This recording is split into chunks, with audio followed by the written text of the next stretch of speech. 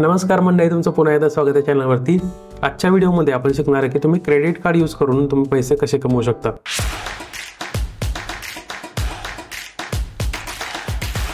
पहिला पॉइंट आहे की use your credit card for all your expenses. आता याचा अर्थ काय होतो की जेव्हा तुमची समजा एक 75,000 सॅलरी येते दर महिन्याला, त्यातून तुम्ही तुमचे 25,000 यूज करता तुमचं रेंट पे करण्यासाठी, तुमचं मेंटेनन्स पे करण्यासाठी किंवा तुमचं जे EMI असेल त्यासाठी।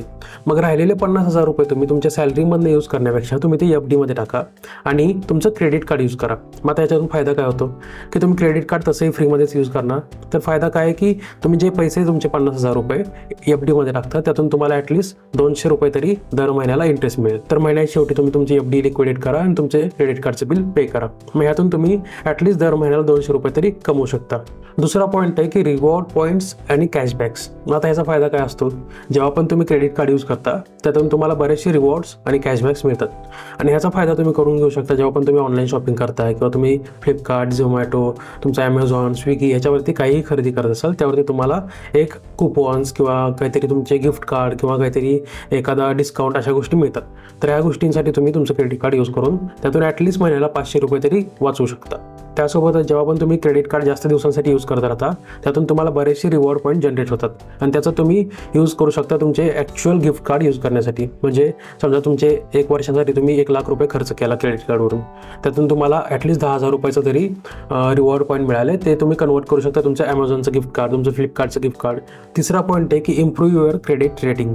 आता याचा फायदा काय होतो की जेव्हा पण तुम्ही क्रेडिट कार्ड दर महिन्याला यूज करता तेव्हा बँकांना हे कळतं की तुम्ही एक चांगले क्रेडिट युजर आहे, तुम्ही बँकेकडून लोन घेताय आणि ते वेळच्या वेळेला पे करताय। म्हणजे क्रेडिट कार्ड एक लोनच असतं। तर बँकेला कळतं की तुम्ही एक चांगले क्रेडिट युजर आहे, त्यामुळे तुमचा क्रेडिट स्कोअर इम्प्रूव्ह होतो। क्रेडिट स्कोअरबद्दल जर का तुम्हाला जास्त इन्फॉर्मेशन पाहिजे असेल तर मी एक सेपरेट व्हिडिओ बनवला ज्यामध्ये मी सगळी इन्फॉर्मेशन सांगितली, तो नक्की तुम्ही या व्हिडिओनंतर बघा। तर सिबिल स्कोअर किंवा क्रेडिट स्कोअर काय असतो की जेव्हा पण तुम्ही एखादं लोन घेता त्या बँकांकडून गव्हर्नमेंटला हे कळतं की तुम्ही एवढ्या पैशाचं लोन घेतलं, ते तुम्ही एवढ्या दिवसात रिटर्न केलं, एवढा EMI होता, वेळेवरती पे केलं का नाही केलं, ह्या सगळ्या गोष्टी रेकॉर्डमध्ये ठेवल्या जातात आणि त्यामुळे तुमचा सिबिल स्कोअर जनरेट होतो। मॅक्सिमम सिबिल स्कोअर असतो 900। जर का तुमचा जेवढा जास्त सिबिल स्कोअर असेल तेवढं तुम्हाला कमीत कमी इंटरेस्ट लागतो।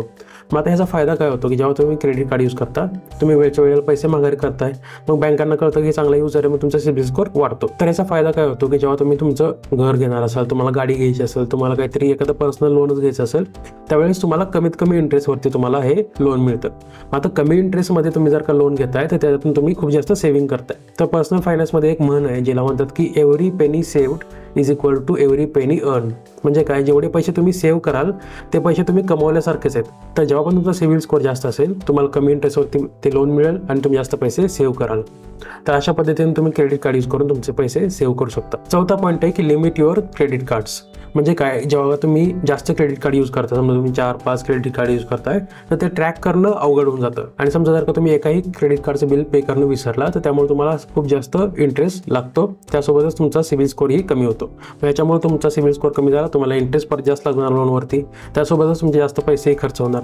त्यापेक्षा तुम्ही कमीत कमी क्रेडिट कार्ड यूज करा। तुम्ही जास्तीत जास्त तुम्ही 3 वगैरे यूज करू शकता, ज्यातून तुम्ही एक इफेक्टिव्हली तुम्ही सगळे डिस्काउंट पण मिळवू शकता, तुम्ही जास्त रिवॉर्ड पण मिळू शकता आणि चांगलं तुम्ही ट्रॅकिंग पण करू शकता। तर असं करून तुम्ही जास्त पैसे सेव्ह करू शकता। तर आपल्याकडे किती क्रेडिट कार्ड असले पाहिजे याच्याबद्दल एक मी सेपरेट व्हिडिओ बनवला आहे, त्याच्यावरती मी सगळे त्याचे फायदे तोटे सगळे सांगितले। तो व्हिडिओ तुम्ही नक्की बघा, ज्यातून तुम्हाला जास्त ह्याच्याबद्दल आयडिया येईल। त्यासोबतच जर का तुम्ही चॅनलवरती नवीन असाल तर चॅनलला नक्की सबस्क्राईब करा आणि व्हिडिओला लाईक करा। 5वा पॉईंट आहे की avoid cash withdrawal from credit card.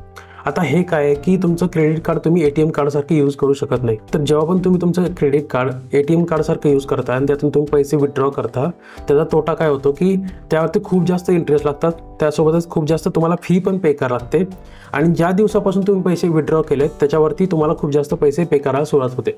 तर त्यामुळे तुम्ही तुमचं क्रेडिट कार्ड कधीच पैसे विथड्रॉ करण्यासाठी यूज करायचं नाही। आणि जर का तसं केलं तर तुम्ही जास्त पैसे खर्च कराल आणि तुमचे सेव्हिंग जास्त वाया जाईल। 6वा पॉईंट हे की लिमिट युअर क्रेडिट युटिलायझेशन। म्हणजे काय असतं की जेव्हा पण तुम्ही क्रेडिट कार्ड यूज करता त्यातलं तुम्ही 30% पेक्षा जास्त खर्च नाही केला पाहिजे।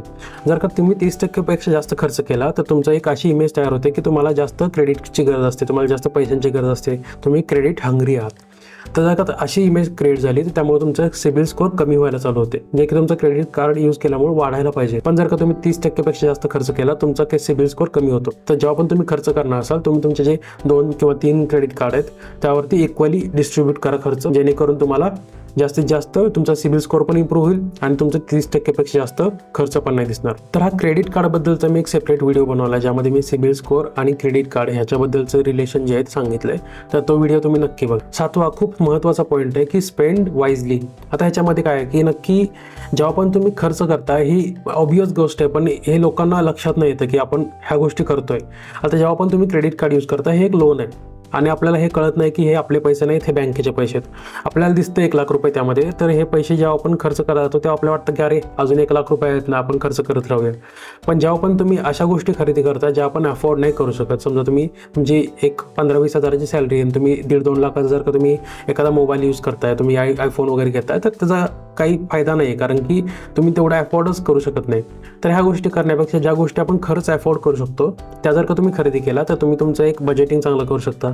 त्यातून तुम्ही तुमचे फायनान्सचे चांगले रूल फॉलो करून तुमचे एक सेव्हिंग चांगली करू शकता. त्यासोबत तुम्ही इन्व्हेस्टमेंटला पण पैसे देऊ शकता. तर ह्या सगळ्या गोष्टी करून तुम्ही तुमचे एक स्पेंडिंग वाईजली केलं तर तुम्ही खूप जास्त पैसे सेव्ह करू शकता. तर होपफुली तुम्हाला ही व्हिडिओवरून बऱ्याचशा गोष्टी कळल्या असतील. पण एक गोष्ट लक्षात ठेवा की जेव्हा पण तुम्ही क्रेडिट कार्ड यूज करताय त्यावरती तुम्ही बरेचसे हिडन चार्जेस पण असतात.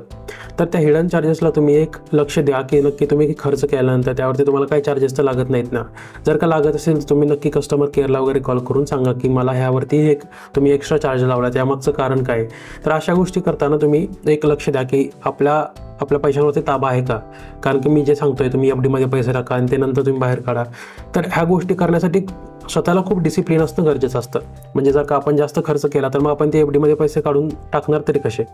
तर मग ह्या गोष्टी करताना एक आपल्याला स्वतःला डिसिप्लिन असणं खूप महत्त्वाचं असतं. जर का तुम्हाला ह्या सगळ्या गोष्टी करता येत असतील तरच तुम्ही ह्या गोष्टींमध्ये पडा. अदरवाईज तुम्ही आपलं जे नॉर्मल यूज आहे त्यातून तुम्ही एक जे पण रिवॉर्ड पॉईंट्स असतील, जे कुपन असतील, ह्या सगळ्या गोष्टी तुम्ही यूज करू शकता. आणि जर का तुम्हाला हा व्हिडिओ आवडला असेल तर व्हिडिओ लाईक करा, चॅनलला सबस्क्राईब करा आणि जे पण तुमचे मित्र असतील, तुमचे फॅमिली मेंबर असतील त्यांच्यासोबत हा व्हिडिओ शेअर करा. Thank you for watching. Stay curious. Bye.